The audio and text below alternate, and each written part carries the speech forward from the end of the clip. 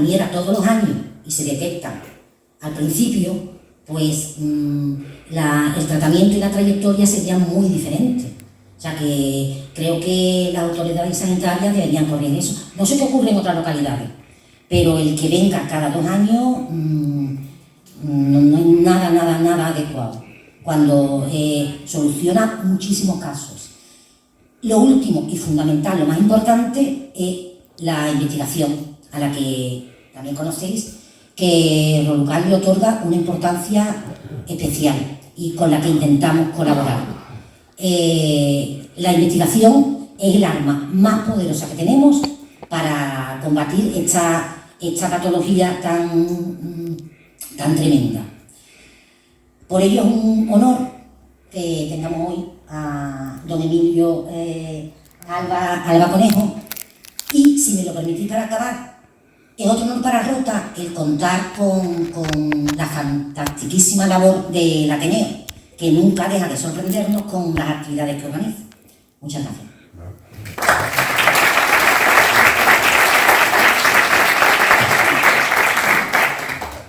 Bueno, buenas tardes. Voy a ser breve y así tiene más tiempo Emilio de hablar.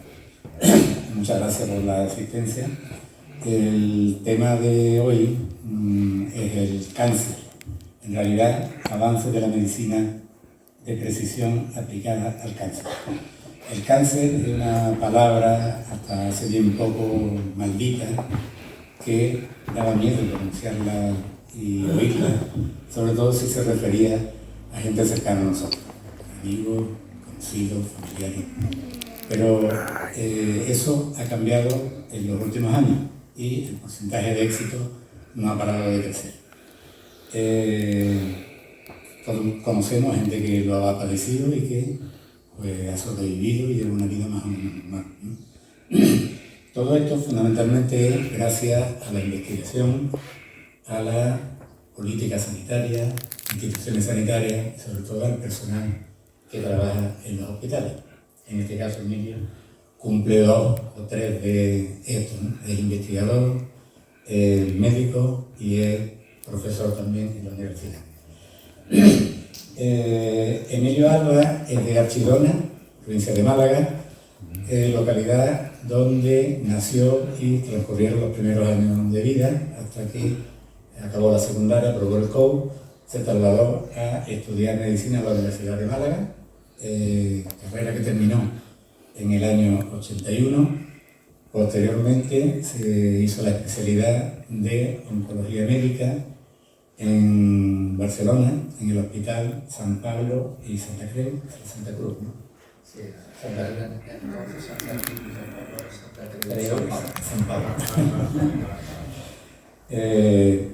Terminó en el año 87 y regresó a Málaga, donde defendió una tesis sobre los factores de pronóstico en cáncer de mama operable. Bueno, el currículum es bastante largo y hacemos un resumen. Nos vamos a... Bueno, es miembro activo de varias asociaciones científicas, como la Sociedad Andaluza de Cancerología, la Sociedad Española de Oncología Médica, de las cuales ha sido presidente, de las dos, también de la Sociedad Europea de Oncología Médica y la Sociedad Americana de Oncología Clínica, ¿no?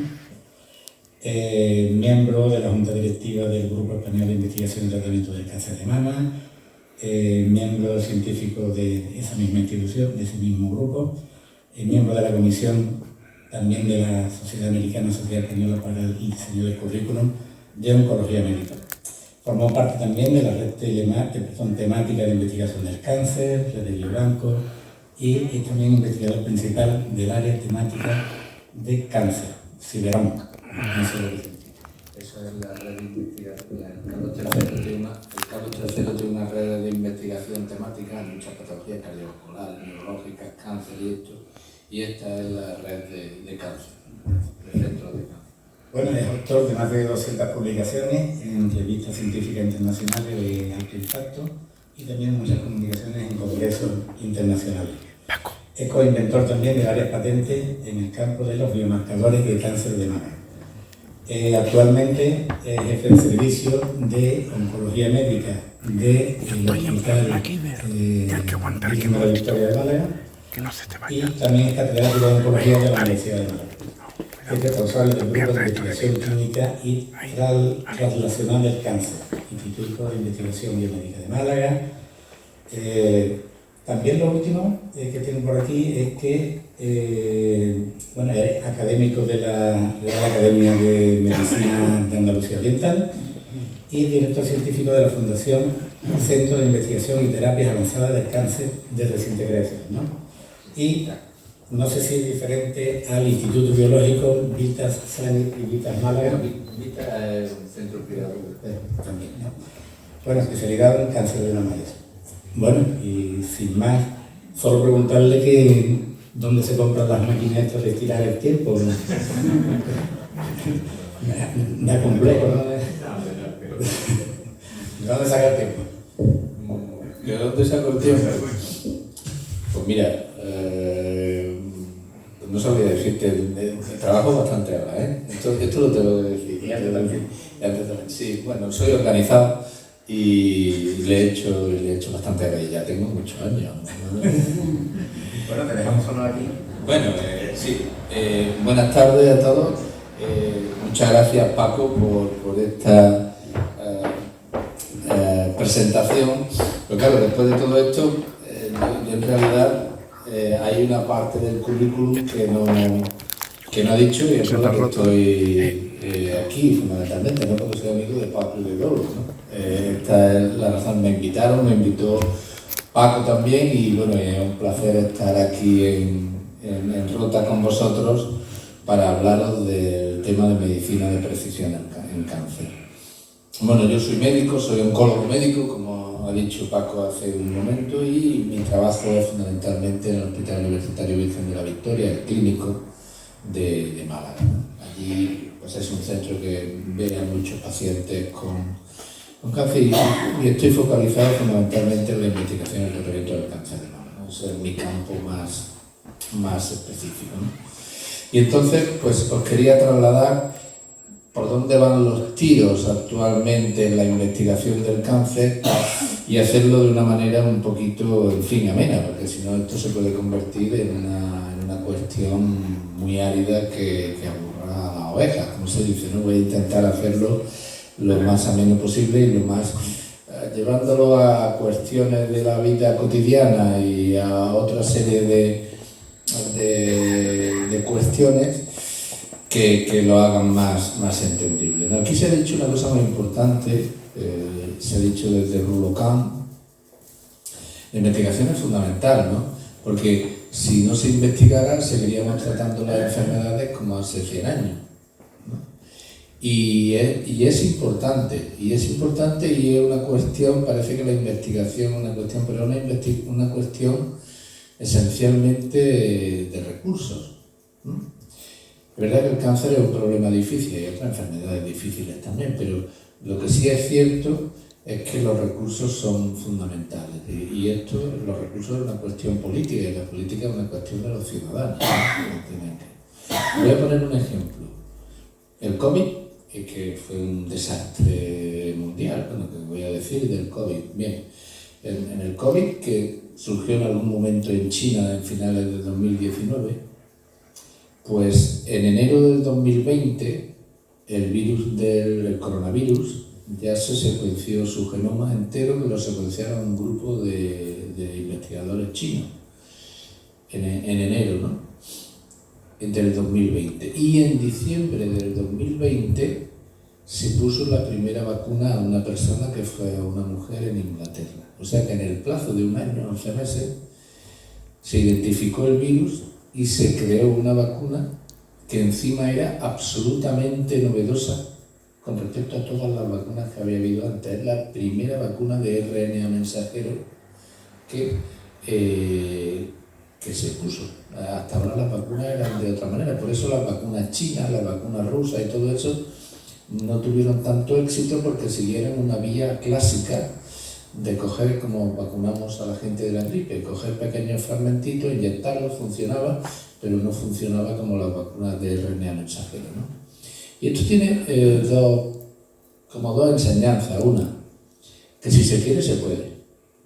¿Qué pasó? Pasó que la gente por decirlo de una manera coloquial, se acojonó tanto que echaron cantidad de recursos todos los gobiernos de toda la industria en crear una vacuna y lo consiguieron. Y segundo, otra cosa muy importante, ¿no? Que esta vacuna, la más exitosa, que fue la de Pfizer, las dos más exitosas son las de Pfizer y la de Moderna, ¿no? La de Pfizer, en realidad, la construyeron a partir de un pequeño laboratorio que tenían en Alemania, que se llama BioNTech, que tenía una tecnología de RNA mensajero muy importante, pero que no la estaban utilizando para vacunas. Ellos estaban investigando en realidad contra el cáncer y cogieron eso que sabían contra el cáncer y se lo llevaron al coronavirus, ¿no? Y ahora esas vacunas, por ejemplo, han vuelto al tema y se están utilizando vacunas de RNA mensajero, por ejemplo, contra el melanoma y eso, ¿no? Y bueno, y ya la otra, y esto es una anécdota, la otra que fue la de Moderna, es una vacuna americana, esa vacuna la desarrollaron dentro de un programa de ciencia disruptiva. Dirán, bueno, ¿de qué? ¿De una compañía farmacéutica? ¿De qué? No, de ciencia disruptiva pagada por el ejército de los Estados Unidos, por el Departamento de Defensa americano. O sea que esa es la historia de las dos vacunas que tenemos del coronavirus, ¿no? ¿Eso qué quiere decir? Quiere decir que si le echáramos suficientes recursos, probablemente esta historia pues acabaría un poquito antes, ¿no? Bueno, vamos a ver.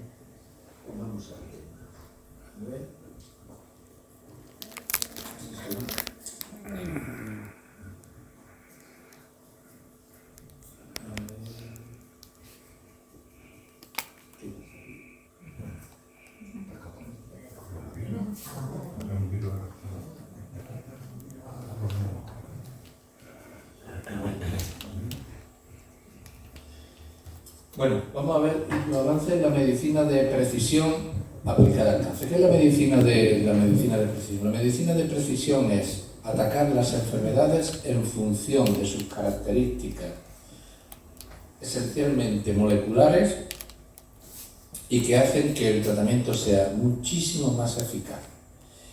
Si damos un avance es tratar a cada persona de una forma única, porque en realidad todos somos únicos.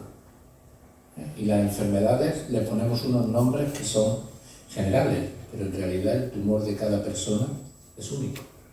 Único y que prácticamente no es igual a ninguno de los que pueda tener otra persona, aunque sea de la misma clase, un tumor de mama, un tumor de colon, un tumor de próstata. Igual que todas las personas que estamos aquí tenemos una cara diferente y somos capaces de reconocerlo, el tumor, aunque salga en el mismo órgano o esté en el mismo órgano, es diferente para cada persona. ¿De qué voy a hablar? Del índice, supongo que estamos hablando de unos 35 minutos, 40, ¿no? Bueno, sí. algo más, podría Sí. hacer algo más. Yo creo que puede llegar a la hora. Vale. Sin problema. Vale. Bueno, voy a hablar del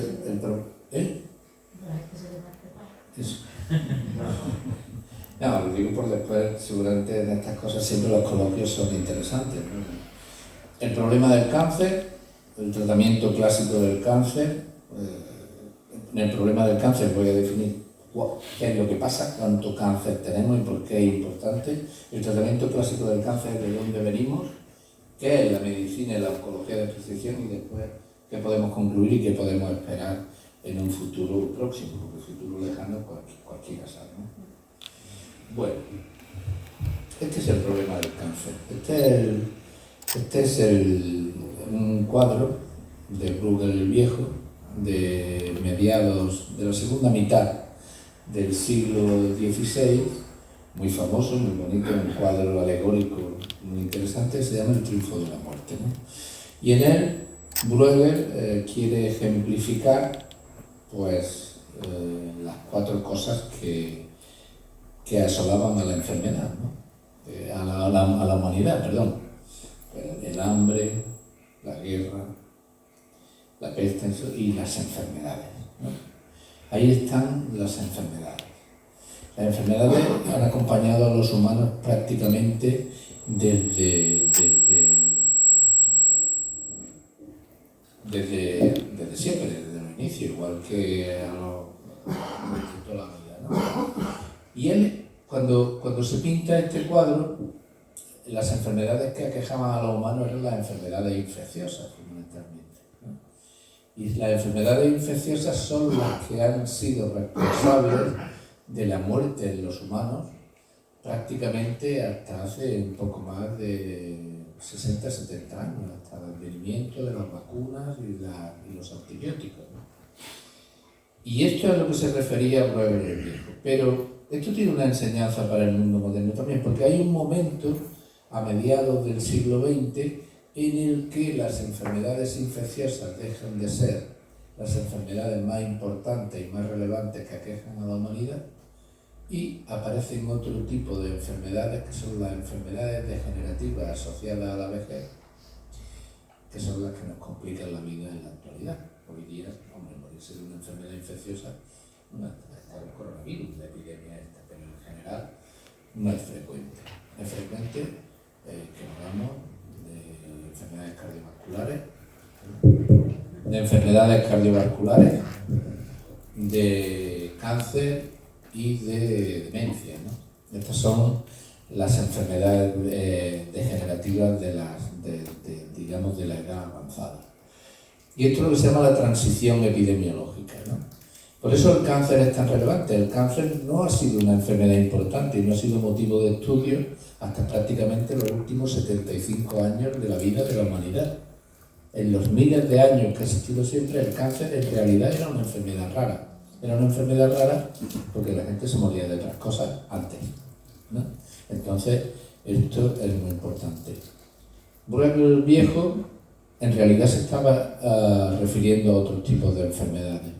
Pero este cuadro es muy relevante hoy día porque podemos asociarlo al cáncer, porque el cáncer, lo he dicho alguna vez, es como una epidemia, pero a cámara lenta. Es como el coronavirus, pero a cámara lenta. Y ocasiona una mortalidad muchísimo mayor que la del coronavirus, pero a cámara lenta. Y como los humanos con el tiempo nos desarrollamos muy mal, pues muchas veces esto no es aparente. Por tanto, este cuadro tiene la máxima relevancia aún hoy, ¿no? ¿Y cuánto cáncer nos tenemos?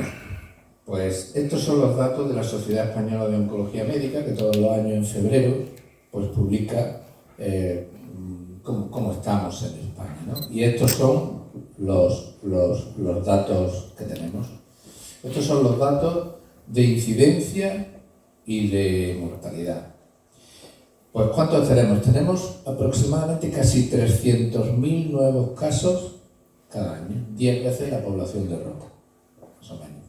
Ocurren cada año nuevos en España casos de cáncer, ¿no? Hay más en hombres que en mujeres y ahí están por frecuencia. En hombres, ¿cuáles son? Pues la próstata, el cáncer de colon y recto, el cáncer de pulmón y el cáncer de vejiga. Esos son los 4 grandes en los hombres. ¿Cuáles son los 4 grandes en las mujeres? La mama, el colon y recto, el pulmón y el cáncer de útero. Esos son los 4 grandes que afectan a las mujeres. Con una peculiaridad, ¿no? Que las mujeres epidemiológicamente tienen el cáncer antes en la vida. Hasta los 65 años hay más cáncer en las mujeres que en los hombres. Y a partir de los 65 años hay muchísimo más cáncer en los hombres que en las mujeres. O sea, como se cruzan las curvas, hay un momento que hay un cambio total. De hecho, las mujeres a partir de ciertas edades tienen una incidencia de cáncer relativamente baja, ¿no? A partir de los 75, etcétera, tienen una muchísimo más baja que los hombres, ¿no? El cáncer, por eso se ceba con los diferentes sexos en tiempos diferentes. ¿Y qué pasa con la mortalidad? Pues la mortalidad en hombres, la primera causa de muerte es el cáncer, después las enfermedades cardiovasculares. En las mujeres todavía no. Las mujeres enfermedades cardiovasculares y luego los tumores. Y esto la explicación es un poco esto que he dicho antes, ¿no? Que el cáncer afecta a las mujeres antes y como después de determinada edad ya en realidad la incidencia de cáncer no es tan alta, pues ocurren las enfermedades cardiovasculares, el ictus, el infarto, la angina, etcétera, que es lo que suele pasar, ¿no?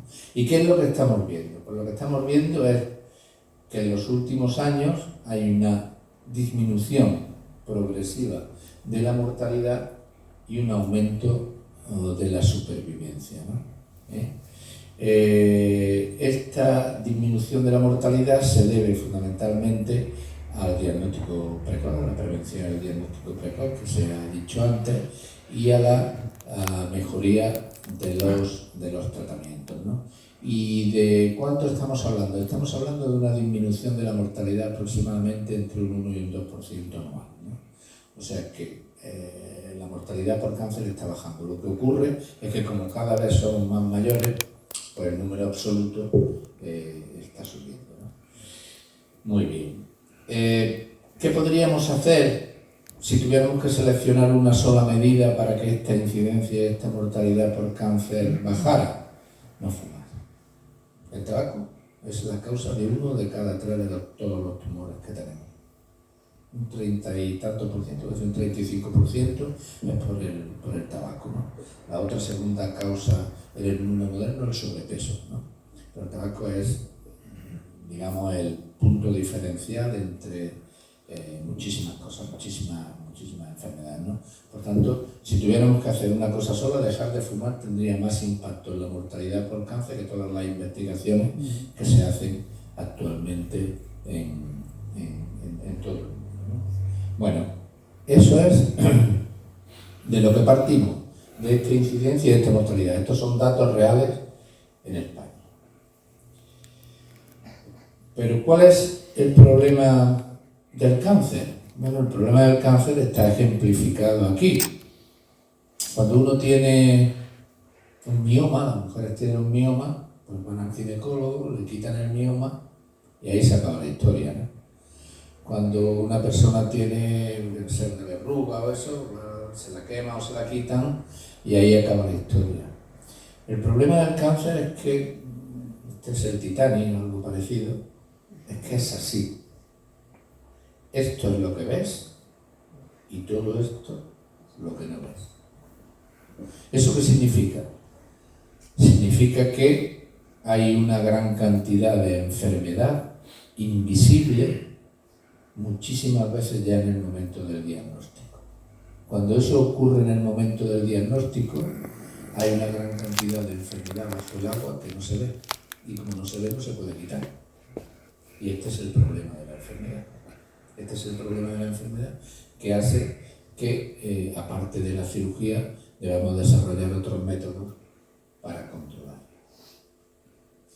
Y hasta aquí, ¿qué hemos hecho? Porque es verdad que hoy día, pues aproximadamente un 60% de las mujeres que desarrollan cáncer se curan, y un poco más de la mitad de los hombres, alrededor de un 50% de los hombres que desarrollan cáncer se curan, ¿no? Pero ¿cómo los curamos? Así los curamos, ¿no? Los curamos de una manera que seguramente, si la humanidad sobrevive dentro de 100 años, dirán, qué barbaridad, qué cosas hacía aquella gente, ¿no?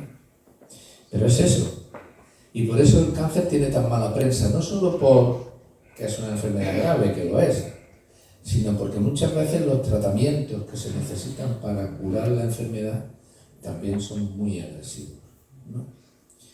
Ejemplos. ¿Qué hacemos? Pues hacemos cirugía. La cirugía cura, sí. La cirugía cura, no más que otros, pero la cirugía es un tratamiento muy eficaz en los tumores, en ciertos tipos de tumores.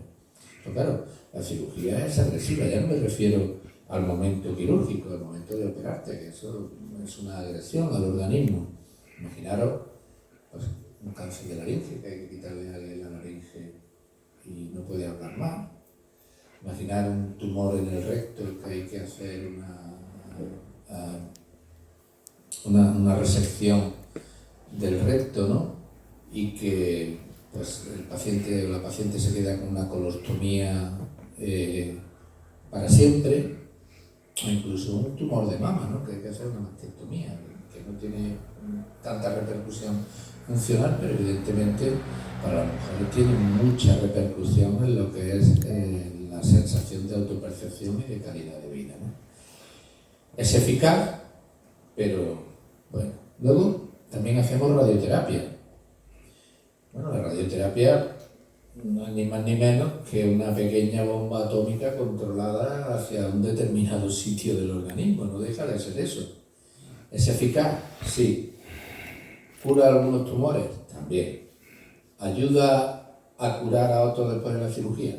También, eso es cierto, pero tiene problemas. No sé aquí si alguien ha recibido radioterapia, pero si lo ha recibido, sobre todo problemas que habitualmente, y al contrario de lo que pasa con la cirugía, son los problemas que aumentan con el tiempo, ¿no? Tiene una serie de toxicidades en los tejidos que hace que conforme va pasando el tiempo no mejoren, sino que a veces pues incluso empeoran, ¿no? Y luego tenemos el tratamiento con quimioterapia. Quimioterapia que al fin y al cabo son venenos, no otra cosa, ¿no? Son venenos celulares, venenos que se dedican a matar células del cáncer, pero a matar células normales también.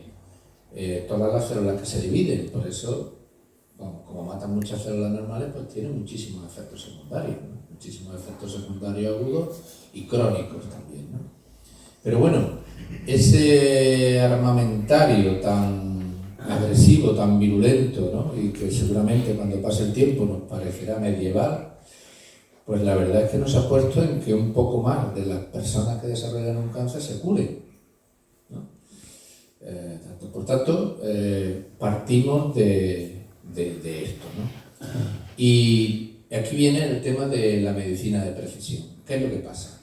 Pasa que prácticamente a finales del siglo pasado, del siglo XX, hay una cosa que se descubre, lo descubre un señor que se llama Karis Mullis, que le dan el Nobel después por eso, que es, voy a decir, no tiene ningún sentido para la inmensa mayoría de los que están aquí, pero que es muy importante de ser, lo que se llama la reacción en cadena de la polimerasa. Bueno, ¿y eso qué es? Bueno, eso es la técnica que permite describir aproximadamente 15 años después el código genético. Él lo descubre, un tipo muy peculiar, y eso se desarrolla y el gobierno americano pone en el proyecto Genoma Humano, ¿no? Y en el año 2000 se desentraña lo que es el genoma humano, lo publica al mismo tiempo una agencia americana y una compañía privada, ¿no? Y esto hace que una vez que se conoce el genoma humano, con todo lo que lleva esto de conocimiento progresivo, pues se encuentre que el cáncer tiene unas alteraciones genéticas, siempre tiene unas alteraciones genéticas que la hacen las células diferentes de las células normales, ¿no? Y entonces se descubre que esas alteraciones genéticas que la diferencian de las células normales son explotables terapéuticamente y pueden la enfermedad tratarse atacándolas. Primer ejemplo que hay de ello, una enfermedad que se llama leucemia mieloide crónica. La leucemia mieloide crónica hasta el año 2000 pues prácticamente pues se trataba con interferón, con trasplante de médula, en fin, una cantidad de cosas, pero en ese año se descubre que hay un medicamento que se llamaba el Glivec, el imatinib, que es una pastilla a diario, que es súper eficaz. ¿Cuánto de súper eficaz? Pues hasta ese momento la leucemia mieloide crónica de media vivía en 4 o 5 años, después de hacerle cantidad de cosas. Con ese tratamiento, prácticamente el 95% de las personas que la contraen se curan. Esta fue el primer ejemplo de medicina de precisión. Falso, ¿no? Fue el primer ejemplo de medicina de precisión. Lo que pasa es que no lo sabían, lo describe un médico escocés que se llama George Thomas Gibson en 1896 en Escocia, en Edimburgo. Digo que el Glivec fue el primer medicamento que se utiliza y que es el ejemplo paradigmático donde empieza la medicina de precisión, porque es la primera vez que esto se hace a conciencia. Se conoce la alteración genómica y se diseña un fármaco para esa alteración genómica. Pero un siglo antes, sin saberlo, este señor hizo lo mismo. Pero hizo lo mismo por los motivos equivocados. Es como se dice, Dios escribe derecho con renglones torcidos, ¿no? ¿Qué es lo que pasó? Este señor era cirujano y vivía en Escocia. Entonces, tenía mucha relación, había muchas vacas en Escocia y había una enfermedad que se llama la mastitis de las vacas. Y la mastitis de las vacas, en aquella época, pues le quitaban los ovarios a las vacas los veterinarios y la mastitis mejoraba muchísimo. Entonces, ese señor, con eso en la cabeza, cogió un número de mujeres con cáncer de mama y le quitó los ovarios. Pero no sabía por qué. Le quitó los ovarios y una de cada 3 mujeres respondieron maravillosamente a eso. Que los ovarios producían los estrógenos se descubrió 30 años después que él. Y que los estrógenos eran muy importantes en el cáncer de mama, pues prácticamente casi otros 30 años después. O sea que él, de chiripa, hizo medicina de precisión. Y eso lo describe en un artículo muy interesante, que es en el año 1896, en una revista que se llama Lancet, que es una de las revistas médicas más importantes que había en aquella época y que hay todavía, ¿no? Por eso digo que esto es un caso de medicina de precisión sin saberlo. El primer caso de medicina de precisión sabiéndolo es el tratamiento de la leucemia mieloide crónica por Drucker en el año 2000, ¿no? Bueno. Y ahí empieza una carrera para decir, bueno, si esto funciona en la leucemia mieloide crónica, pues lo mismo funciona en otras cosas, ¿no? Vamos a intentar conseguir, con respecto a las células tumorales, un crimen perfecto, no tener que hacer esas cirugías tan agresivas, esas radioterapias tan agresivas, o esas quimioterapias que son tan agresivas y que matan todo tipo de células a mansalva, las malas, las buenas y las medio pensionistas, ¿no? Y entonces, ese crimen perfecto es la carrera que empieza hace aproximadamente 25 años y que ha hecho que el armamentario que hay ahora mismo contra el cáncer, pues sea capaz de curar más pacientes y con menos toxicidades, ¿no? Y esto es un ejemplo que les pongo aquí, que es ahora mismo en el campo de la terapéutica por donde van los tiros. Una cosa se llaman los anticuerpos conjugados, ¿no? ¿Eso qué significa? Voy a poner un ejemplo que vemos en la televisión todos los días y, bueno, es desagradable, pero es así, ¿no? Los drones. En la guerra de Ucrania, pues se ha visto que ahora lo que funciona son los drones. Ahora ya no bombardean eso, sino que va el dron y va a un sitio, ¡zas! Y allí suelta la bomba o esos son los anticuerpos conjugados. Los anticuerpos conjugados es identificar en la superficie de la célula tumoral algo que no tengan las células normales. Crear un anticuerpo contra eso. Y a ese anticuerpo pegarle o una sustancia tóxica o una sustancia radiactiva. Se introduce en el organismo y elimina específicamente las células tumorales, digamos, ahorrándole la toxicidad a las células normales, ¿no? Esto ha supuesto un avance en muchos tumores, fundamentalmente los tumores de la sangre, los tumores hematológicos, ¿no? Las leucemias, los linfomas, etc. Se han beneficiado muchísimo de estas terapias, y los tumores sólidos también, como el cáncer de mama, especialmente, y algunos otros, pero las células tumorales son muy listas, ¿no? Son muy listas y después de un determinado tiempo, aún con estrategias tan específicas como esas, como ir a la célula mala y no a la célula buena, aun con estrategias tan específicas como esas, muchísimos tumores son capaces de desarrollar resistencia, aprenden. Siempre aprenden, no siempre, casi siempre aprenden.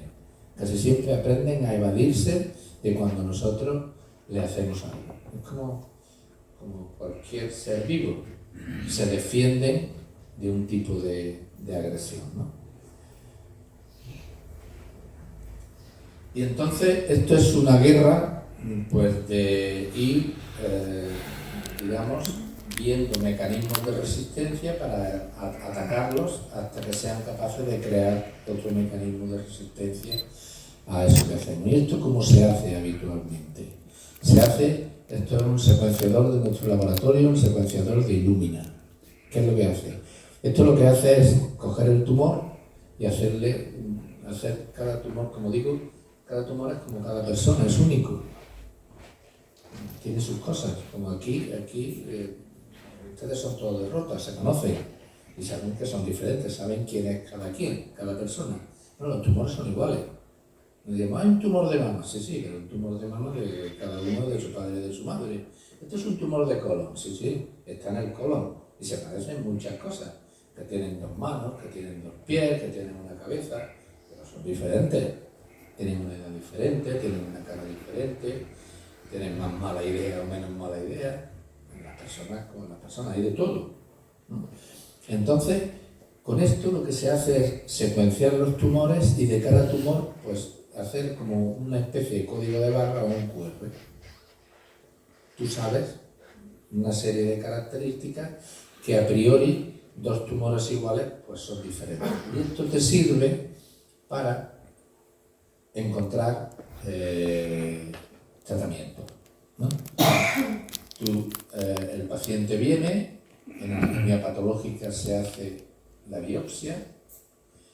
Esa biopsia se extrae el ADN o el ARN, que es específico de cada tumor, se secuencia con estos secuenciadores, y luego se procesa el dato y se emite un informe y se nos dice una serie de alteraciones genómicas de cada tumor que en algunos casos, no siempre, también es cierto, nos permite identificar ciertos ciertos tendón de Aquiles del tumor, ciertas debilidades y vulnerabilidades.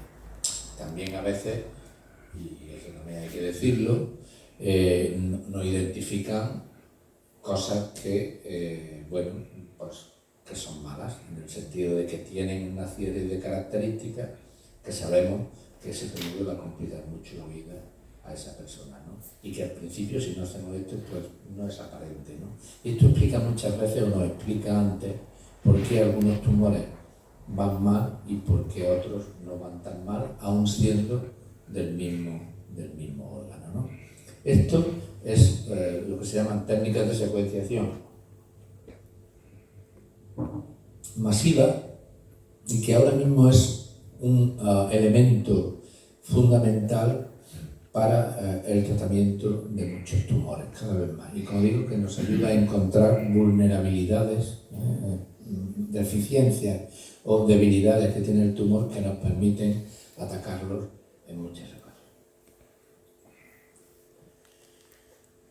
Y esto es una película, una película que ya tiene sus años, está de finales de los 90, que ataca una distopía, ¿no? En el que era una sociedad en la que la eugenesia era normal y en que el código genético de cada persona era conocido y servía para un poco clasificar a las personas, ¿no? Yo creo que algunos de vosotros la habéis visto, es una película muy interesante. Como digo, tiene más de 30 años, y ya ponía encima de la mesa de alguna manera cómo el conocimiento, digamos, del genoma podría ser útil o perjudicial. En esta película era perjudicial, porque lo que se hacía a la gente era, en función de ciertas características genéticas, pues prácticamente se les penalizaba o algo peor, ¿no? Se manipulaba, etc. Pero puso encima de la mesa un concepto que hoy día se utiliza en esta patología y en otras, en enfermedades cardiovasculares, en otra serie de enfermedades raras de los niños. Es cierto, es la TACA, en el sentido de que el análisis del tumor, pero no solo eso, el análisis germinal de nuestras características inherentes de cada uno de nosotros sirven a veces para tratar la enfermedad. Voy a poner un ejemplo. Hay una enfermedad, un síndrome, no es una enfermedad, se llama síndrome porque le describió, y se relaciona con muchas enfermedades, pero se llama el síndrome de Lynch. Esto no les dice nada. El síndrome de Lynch es una alteración genética que tiene la gente y se hereda, que hace que la reparación del ADN, que es nuestra maquinaria celular, sea defectuosa. Y eso se hereda de padre a hijo. Bien, la gente que tiene síndrome de Lynch desarrolla una gran cantidad de tumores.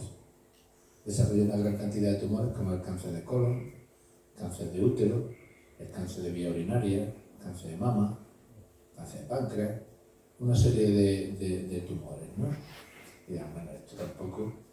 Claro, el problema es que el síndrome de Lynch lo tiene el 8% de la población.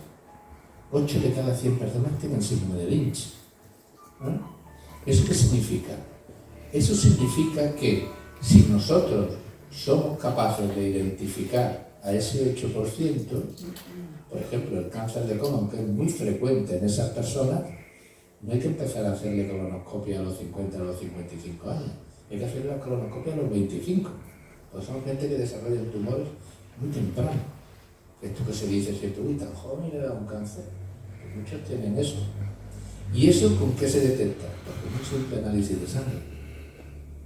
Entonces, por eso digo que Gattaca es el contrapunto para mal de algo que se puede utilizar para bien, ¿no? En el sentido de que hay una serie de determinaciones moleculares, habitualmente de origen genético, que pueden servir para ciertas cosas. Por ejemplo, el ejemplo claro, y no es en el campo del cáncer, la enfermedad rara de los niños. Las enfermedades raras de los niños se detectan así. Esa es la única manera de detectarlas, ¿no? No hay otra. Pero esta es una historia, como digo, que empieza pues, en el cambio de siglo. ¿Qué es lo que ha empezado más tarde? Que es una cosa que tiene menos tiempo, ¿no? Es el mismo flujo, ¿no? Que es lo mismo que he dicho antes, que es coger un tejido, analizarlo, extraer el ADN, ver la estructura del ADN y ver qué diferencia hay, ver un código de barras. Pero esto que les voy a hablar es más cercano a nosotros. Tiene una antigüedad de unos 10 años así, desde que empieza a hablarse de eso, ¿no? ¿Y qué es? Esta es una película de los hermanos Coen, a mí me encantan los hermanos Coen, y es la primera película que hacen, se llama Sangre Fácil, ¿no?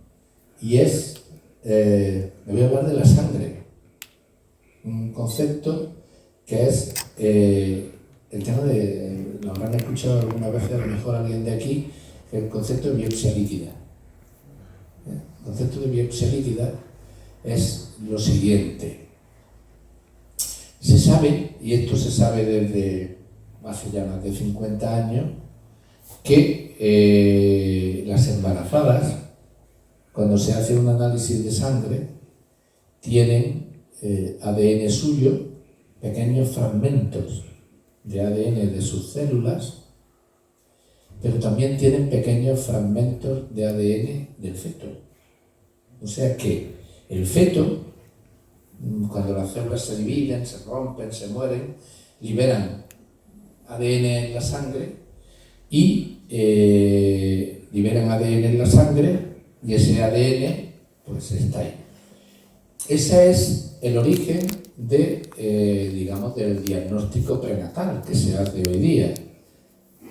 Todo el mundo sabe que hace años, 30, 20, no lo sé, pero bastante, para intentar diagnosticar una enfermedad fetal, se hacía lo que se llamaba una amniocentesis. Se le pinchaba a la mujer en la barriga, se extraía un poco de líquido amniótico y se analizaba. Eso hoy día ya no hace falta. Se hace en la sangre. Se hace en la sangre. ¿Por qué? Porque las embarazadas, aproximadamente el 15% de todo el ADN que tienen en la sangre es del feto. O sea que es una cantidad grande, ¿no?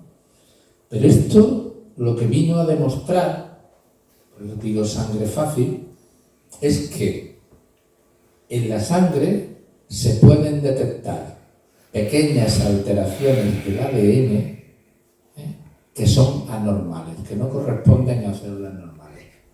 Porque las células tumorales tienen alteraciones genéticas que no tienen las células normales. ¿Y esto qué significa? Pues que en sangre también se pueden detectar. Y esto se sabe desde hace tiempo. Pero ¿cuál era el problema? El problema es que no había tecnología para detectar cantidades pequeñas de esas alteraciones genéticas, de ese ADN anormal del tumor en la sangre normal. ¿Por qué? Porque al contrario que las embarazadas, que tienen un 15% de ADN del feto, en el caso de los tumores, este ADN tumoral está en fracciones que están alrededor del 0,1%, una molécula de cada 1000. ¿Esto qué significa? Hombre, significa que si ser rubio ocurre en 15 de cada 100, pues si hay una población, si esto está lleno o está grande, pues veremos a los rubios, para 15. Esto es fácil. Ahora, si ser rubio es 1 de cada 1000, pues ya lo tenemos más complicado. Entonces, eso es como encontrar una aguja en un pajar, porque a veces hay menos. Bien, los modernos secuenciadores, como el que voy a enseñar y otros que hay menos, ya son capaces de hacerlo. Y esto, como le voy a explicar ahora, tiene tremendas repercusiones, no solo para el tratamiento, sino para otras cosas. ¿Qué es? Pues esto es un programa que hicimos en el CIME, en la Universidad de Málaga, de un programa para obtener fondos para la biopsia líquida, pero como el que hizo el título, el doctor Iñaki Comino, pues la verdad que me gustó mucho, lo pongo aquí: el futuro es carmesí. ¿Eso qué significa? Significa que esto se puede utilizar para una cosa muy importante. Por ejemplo, ¿para qué se utiliza ya? Se utiliza ya, hay un test de estos de ADN que te dice casi con toda certeza si después de operarte de un cáncer de colon tú vas a recaer o no. ¿Por qué? Porque el cáncer de colon tiene unas mutaciones muy específicas. Entre ellas una en un gen que se llama KRAS. Ese es un sospechoso habitual, ¿no? Cuando está el KRAS, preocúpate. Suele ser malo. Bueno, pues eso, las células del cáncer de colon se rompen, se mueren, etcétera, y liberan al KRAS de este mutado a la sangre. Entonces, si tú te operas, la vida media de una molécula de esa en la sangre es de 2 o 3 horas. O sea que esto está en la sangre 2 o 3 horas, el riñón lo filtra y se ha acabado. Claro, si a ti te operan de un cáncer de colon y te esperas un mes, KRAS no tiene que haber ninguno. Si tú te encuentras después de un mes que hay copias de ese KRAS, pues entonces tú no lo ves, pero está. Y si no lo ves, es que no está. Entonces, esto es muy importante. Claro, esto después de la cirugía, esto es CELA, ¿no? Esto es un test de Natera, que se llama Signatera, que se utiliza en determinadas circunstancias. No es para todos los pacientes, ¿no? Pero está ahí. Pero claro, esto tiene una derivada que es, bueno, desde hace mucho tiempo sabemos, hombre, que si el cáncer mide 5 centímetros en un caso y 1 centímetro en otro, mejor que mida uno de 5, ¿no? Será más fácil de curar. Bueno, ¿y si con esta tecnología en personas sanas pero de riesgo lo encontramos cuando ni siquiera es mínimo? Ahí es donde va esto. el diagnóstico precoz.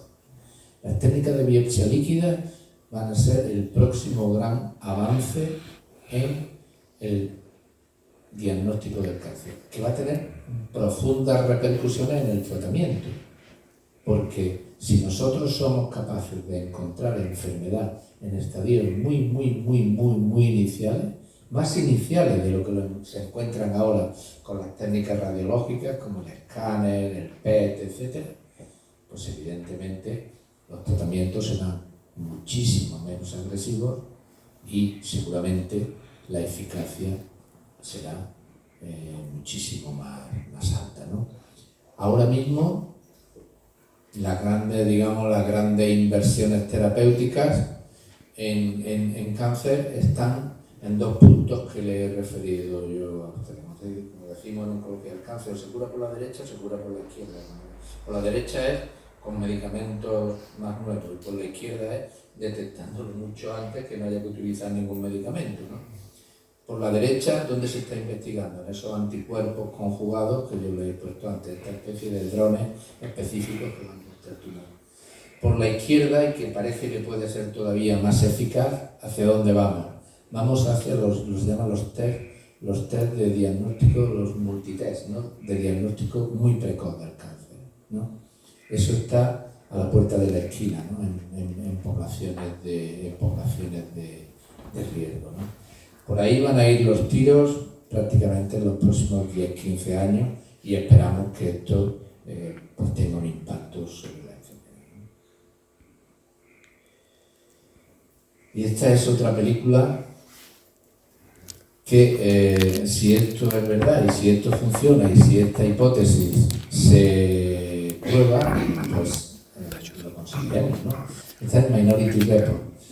Yo no sé si alguien aquí ha visto esta película en la sala, que es Minority Report. Lo que era es Tom Cruise, un detective que me parece que está fechada en Los Ángeles en el año 2052, y lo que hacen es que tienen como una especie de algoritmo que son capaces de saber que un tiempo después va a haber un crimen. Y como van a saber que un tiempo después va a haber un crimen, intervienen antes para evitar que eso ocurra. La película de ciencia ficción, evidentemente. Lo que yo les he explicado es un Minority Report del cáncer, que es, bien, vamos a encontrarlo mucho antes de que ni siquiera sea una enfermedad, antes de que sea una cosita que podamos eliminar de una forma clara, ¿no? Y bueno, para terminar, pues este cuadro, ¿no? De Rembrandt, la lección de anatomía del profesor Nicolas Tulp, mitad del siglo XVII. Este cuadro es precioso, pero este cuadro no es así, está tuneado, ustedes lo saben, ¿no?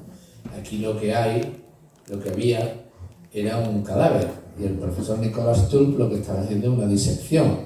¿Por qué?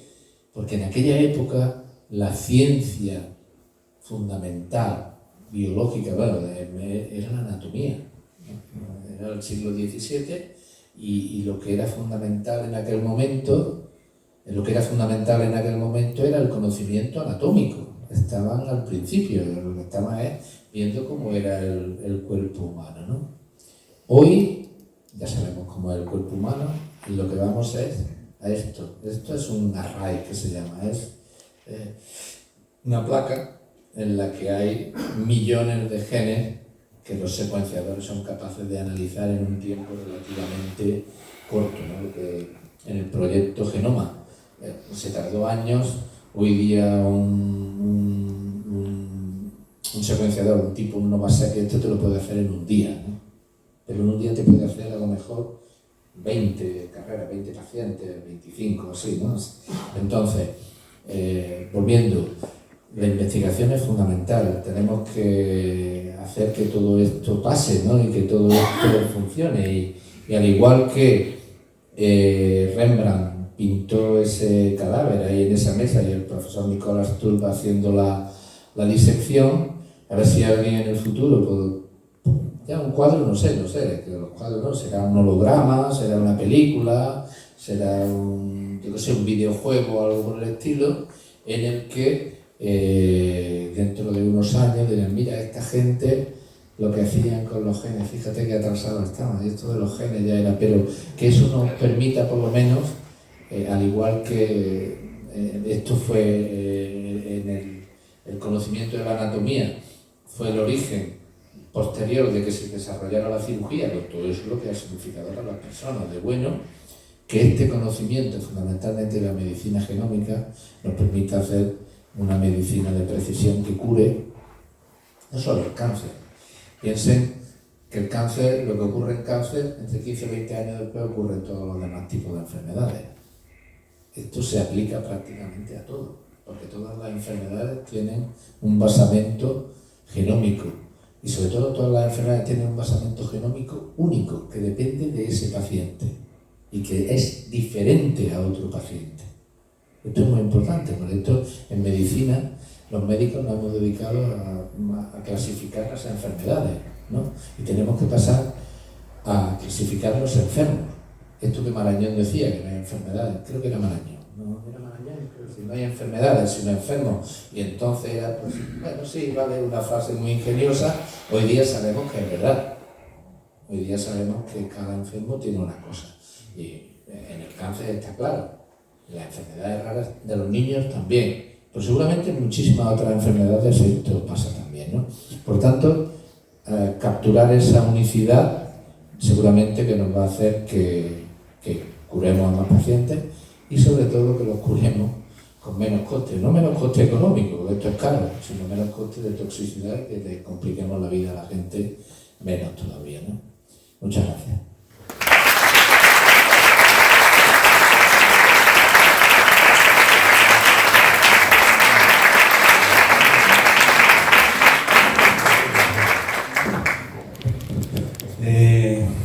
Mira, voy a pedir una disculpa porque con la premura de tiempo pues fui demasiado breve en mi apertura, ¿vale? Me quedó por decir el agradecimiento a mis amigos Paco y Dolo, que ellos fueron los que me propusieron traer a Emilio Arroz, ¿vale? Y bueno, yo creo que es un error que tuve yo en ese momento. Entonces, daros las gracias, porque además de ser ateneísta, es verdad que también nos gusta tener ese feedback con los ateneístas, con los amigos, porque al final que nos proporciona muchas veces a las personas que vienen a nuestras charlas sois ustedes, ¿vale? Son los que nos hacen las propuestas y si nosotros vemos que la propuesta es buena y es interesante, pues intentamos traerla. Yo creo que hemos presenciado una charla, bajo mi punto de vista, muy divulgativa, que es lo que nosotros queremos, entender la ciencia, ¿vale? Y yo creo que, bueno, por lo menos desde el punto de vista creo que hemos entendido perfectamente a Emilio lo que nos ha querido decir. Ahora os doy la palabra a ustedes.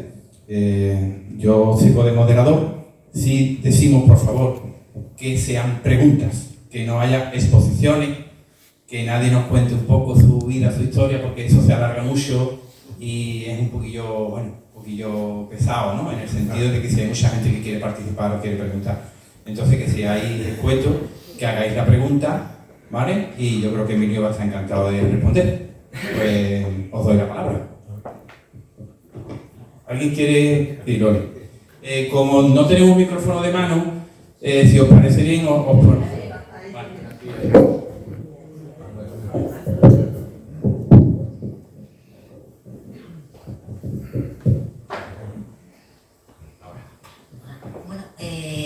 Como mucha gente sabe, Prolocar realiza una carrera solidaria, carrera de marcha solidaria todos los años. Este año estamos en la 9ª edición. Y no sé si 70, 75%, 80%, dependiendo del año, lo destinamos a la investigación.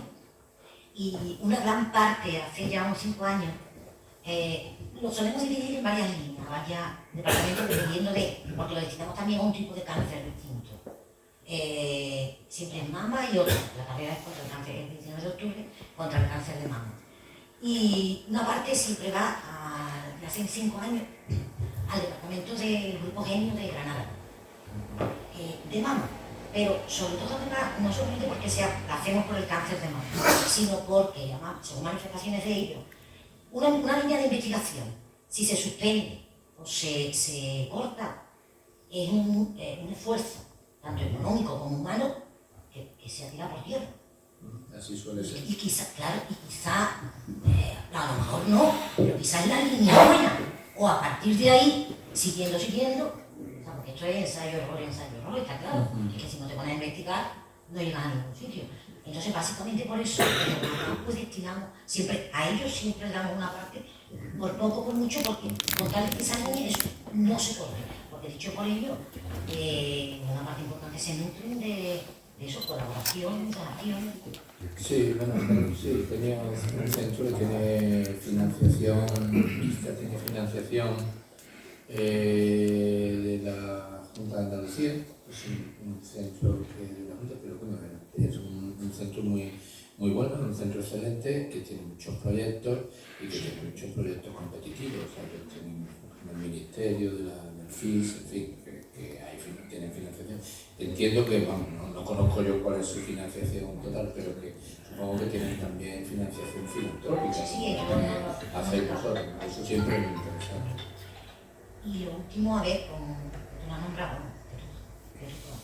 después de la pandemia del COVID, que se vio la superimportancia, lo fundamental de la investigación, cuando se ponen además los recursos, pues rápida, funciona.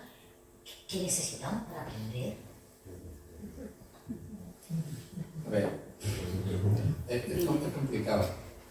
A ver, es una cuestión política. Una cuestión política, en el sentido amplio, no me refiero al partido político, es una cuestión política. La ciencia no es muy apreciada, en España no es muy apreciada por los ciudadanos. Podemos apreciar a los que estamos aquí, pero en general la ciencia no es muy apreciada por los ciudadanos.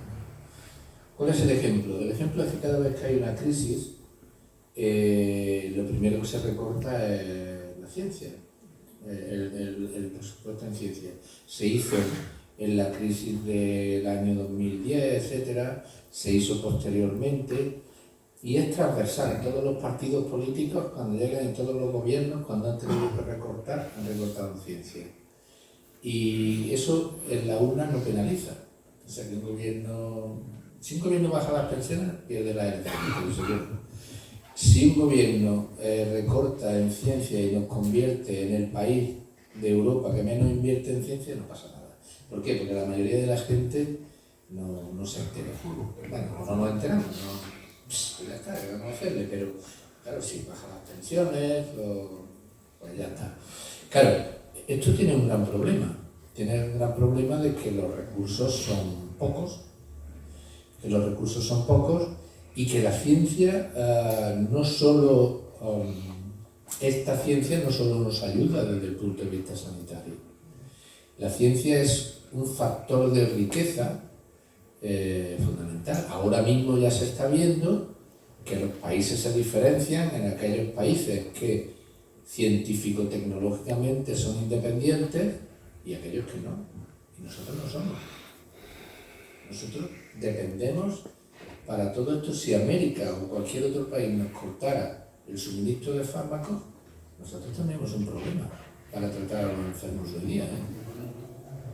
No somos capaces de hacerlo. Y no somos capaces de crear patentes para ello. ¿Y cuál es otro de los grandes problemas? Como eso no cotiza, no tenemos instituciones adecuadas para eso.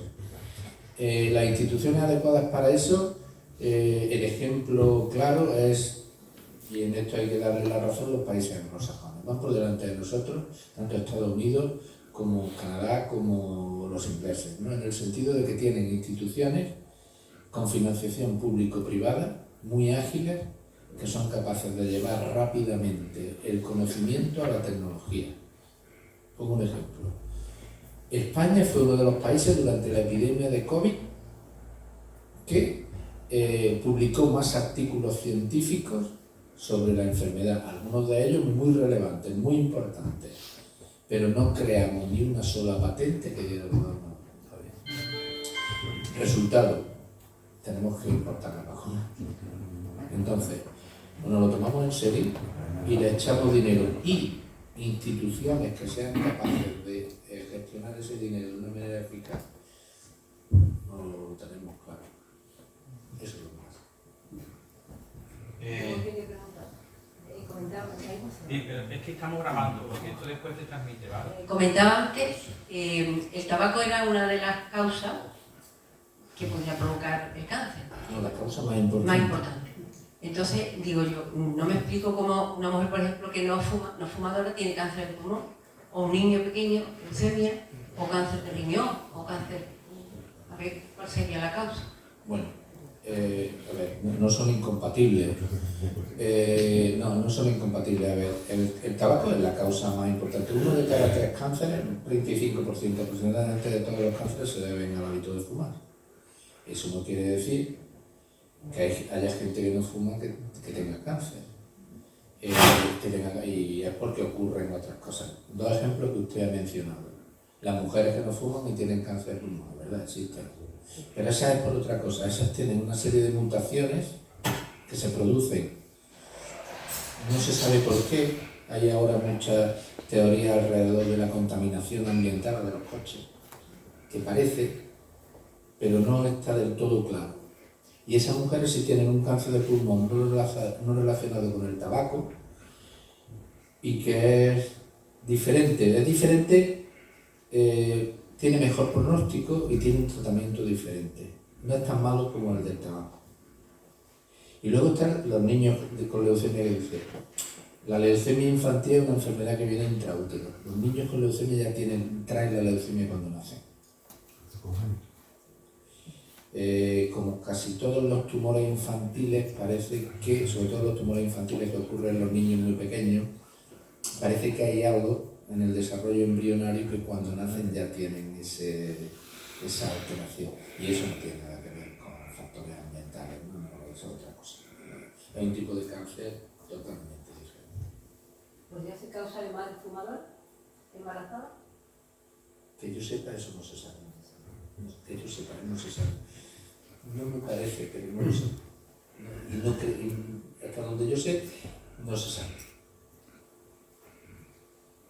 Bueno, señor Emilio, enhorabuena por la exposición que nos ha hecho usted de su proyecto y de su investigación. Y mi pregunta es, lo que usted ha dicho de la biopsia líquida, que para mí se ha abierto un verdadero mundo muy importante. ¿Eso solamente hay investigación a nivel privado? Digamos, ¿el gobierno cree que puede ser, como usted ha dicho, una herramienta muy importante a la hora de ver? Bueno, la biopsia líquida ahora mismo se utiliza a nivel asistencial, ya se utiliza para ciertas cosas. No se utiliza para personas que tienen tumores con metástasis, para afinar los tiempos, los tratamientos, cuando hay que ponerlos, quitarlos, etcétera, ¿no? Y para ver el pronóstico, ya se utiliza para eso. Y después de la cirugía se utiliza en eso que le he dicho. En el cáncer colorectal, sobre todo, hay un test de una compañía muy fuerte que se llama Natera, una compañía americana, que sirve para saber si uno está verdaderamente, como ha enseñado lo del iceberg, ¿no? Si aparte de lo de fuera del agua hay algo por debajo que no vemos, ¿no? Sirve. Ahora, ¿cuál es el próximo avance? El próximo avance está en el diagnóstico muy precoz del cáncer. ¿Eso en qué está? Eso está en investigación ahora mismo. Eso hay programas y hay estudios. El país que está más adelantado en esto, curiosamente, es el Reino Unido, Inglaterra, que tiene un estudio que se llama el estudio Grail, ¿no? El tutorial, lo llaman ellos, que lo que está intentando, ha metido, no me acuerdo, no sé si era 150 o 180.000 personas sanas y le está haciendo esto, a ver si verdaderamente esa hipótesis que tienen, que es que detectándolo muy pequeñito pueden aumentar la tasa de curaciones, a ver, pero esto todavía no se utiliza a nivel asistencial, está a nivel de investigación. Hola, buenas tardes. Mira, mi pregunta era, como usted ha dicho que cada persona tiene su tratamiento personalizado, y gracias a Dios no tenemos los tratamientos tan fuertes y tan bruscos que ponían antiguamente. Hoy, aparte de ese tratamiento tan personalizado, ¿se puede detectar o se puede averiguar si una persona que le van a poner la quimio, esa quimio, su cuerpo puede reaccionar o no reaccionar a esa quimio? Con la quimio no. Con la quimio no. Se puede con el tratamiento antidiana, que se llama, con el tratamiento anti-LGFR en las mujeres estas que no fuman y tienen cáncer de pulmón, o con la leucemia mieloide crónica si tienen una alteración BCR-ABL que responde al imatinib.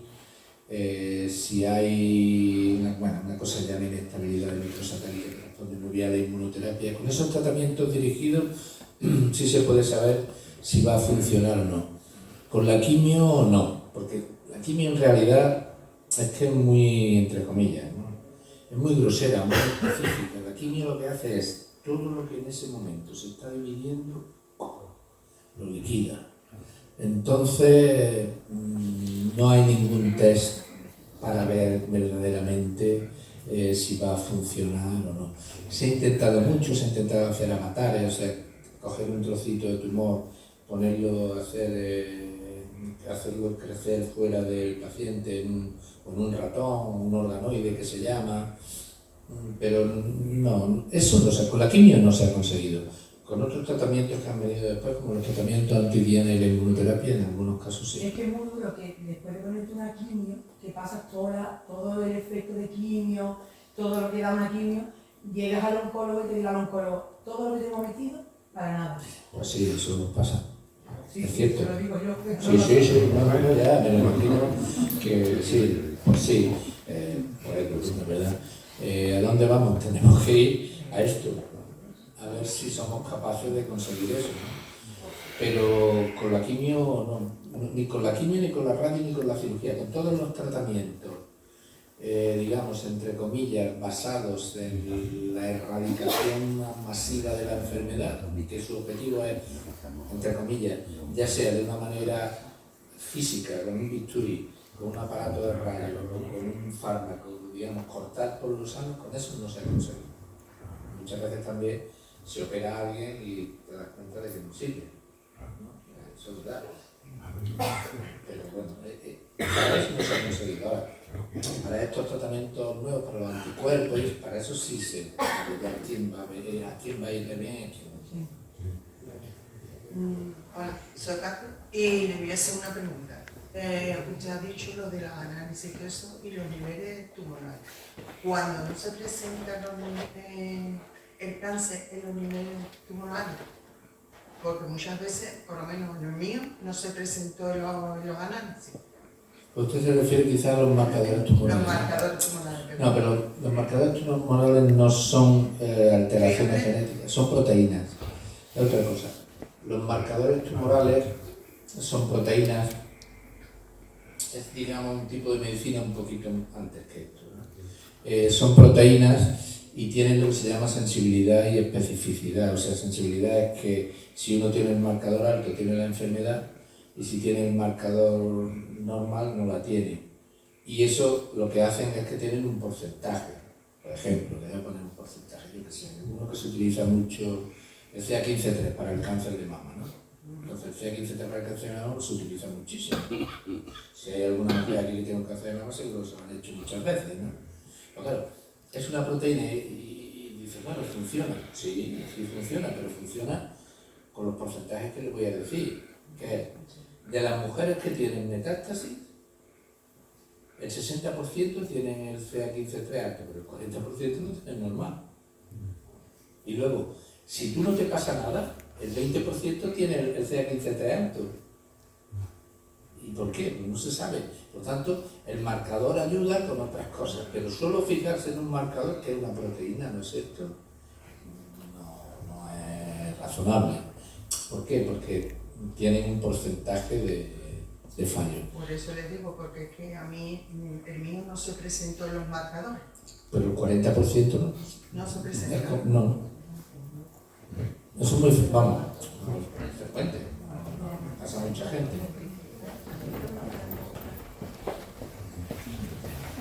Bueno, felicitar al Ateneo y al ponente, doctor, profesor Emilio, preguntarle por, después de 25 años de genoma, el descubrimiento del genoma humano, las células madre, en el último congreso de diabetes hace 6 meses en Cádiz, dijeron el profesor Manuel Aguilar que solo había un caso en el mundo, en China, que las células madre había dado resultados en la diabetes. ¿Qué piensas de las células madre?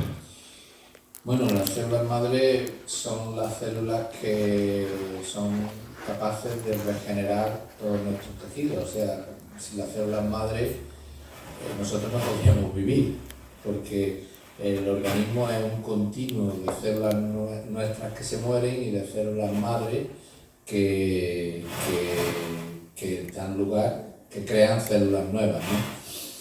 Las células madre tienen dos problemas, no dos problemas, que se enfrentan a dos situaciones que son diferentes. Por ejemplo, cuando las células madre no funcionan,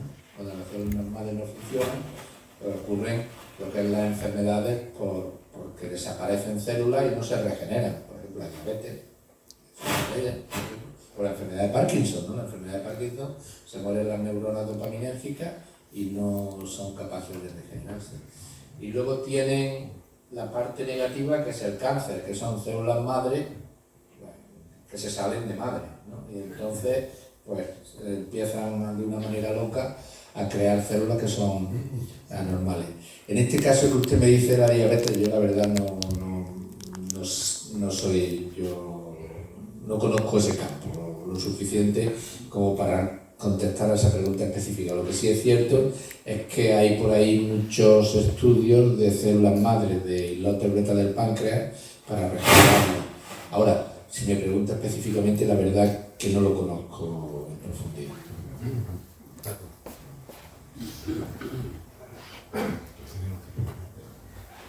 Buenas tardes, Emilio. En un momento dado me hablaste del porcentaje que tienen de curación ciertos tipos de cáncer. Por ejemplo, en el R2, quiero recordar que me dijiste estas palabras: sin ser gallego, no voy a ser gallego, pero hay de un 85 a un 95 que en el tipo de cáncer específico, después de 3 años, prácticamente está curado. El R2. El tipo de cáncer de mama. R2. Yo no entiendo mucho de eso. Entonces, ¿te atreves a separar por tipos de cáncer de mama las probabilidades de curación que existe según el tipo de cáncer? Sí. Eso sí. Pues ¿no te importa? No, hombre, el cáncer de mama hay en global hay 3 grandes tipos, ¿no? Los cánceres luminales, los cánceres ER2 y los tumores triples negativos, ¿no?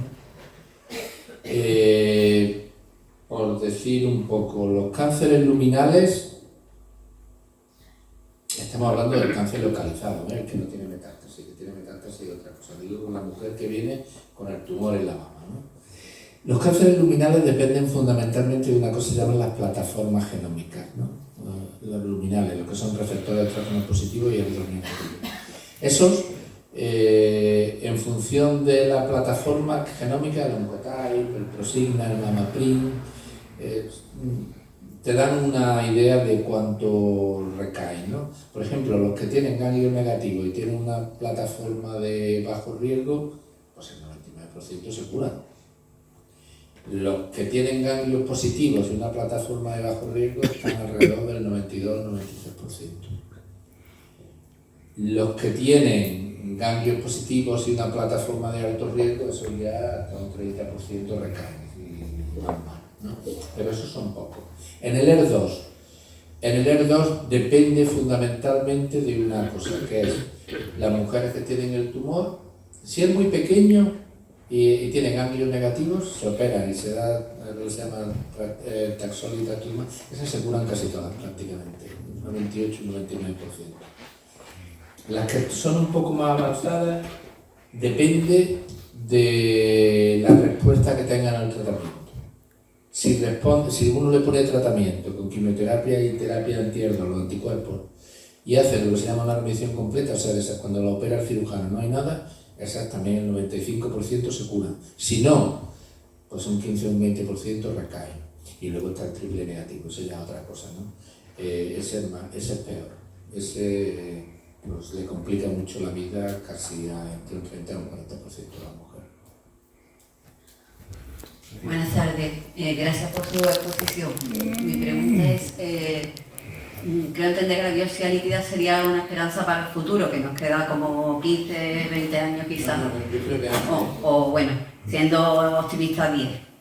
Pero mi pregunta es si la inmunoterapia, que actualmente creo que está siendo, al menos en algunos tipos de cáncer, muy positiva, es posible que en el futuro, un futuro cercano, pudiera curar un porcentaje alto de tumores. Bueno, el problema con la inmunoterapia es que la inmunoterapia, que como ha dicho, funciona en algunos tumores.